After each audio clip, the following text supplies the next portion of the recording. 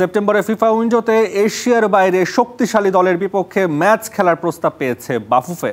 বাতিল হওয়ার সম্ভাবনা আছে নেপালের বিপক্ষে পূর্ব নির্ধারিত দুটি ম্যাচ।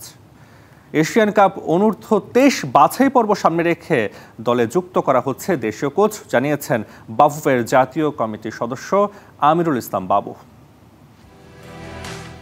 ঘরের মাঠে সিঙ্গাপুরের বিপক্ষে ব্যর্থতা পেছনে ফেলে নতুনভাবে পরিকল্পনা সাজাচ্ছে বাফুফে। হংকং ম্যাচের প্রস্তুতির জন্য ছক কষছে বাংলাদেশ ফুটবল ফেডারেশন। 6 ও 9 সেপ্টেম্বর নেপালের বিপক্ষে দুটি ফিফা প্রীতি ম্যাচ খেলার কথা বাংলাদেশের।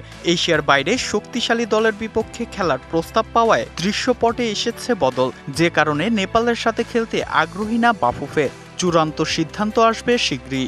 নেপাল ছাড়া আমরা যদি এর চেয়ে আরও একটা স্ট্রং টিম, অলরেডি আরেকটা স্ট্রং টিমও তারা এখন আমাদের খেলতে সম্মতি দিয়েছে। এই নেপালকে উনি যদি ম্যানেজ করতে পারে তাহলে আমরা ওইখানে চলে যাব। All time Roma. Taste it, love it.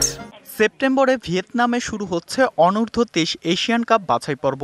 এই আসরকে সামনে রেখে দেশি কোচ নিয়োগ দিয়েছে বাফুফে।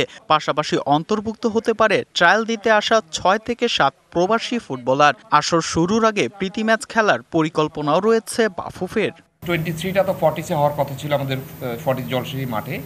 আন্তর্জাতিক একটা টিম থেকে একটা অফার আসছে, ক্যাম্পটা আমরা ওইখানেই নিয়ে ওদের সাথে 2টা ম্যাচ খেলে ওইখানে আমরা এটা করা যায় কিনা। সো এটা নেক্সট উইক পর্যন্ত আমাদের একটু ওয়েট করতে হবে ফাইনাল ডিসিশনের জন্য। কোচ হ্যাবিয়ার কাবরেরাকে নিয়ে সমালোচনা থাকলেও এখনই তাকে বাদ দেওয়ার পরিকল্পনা নেই বলে জানিয়েছে বাফুফে।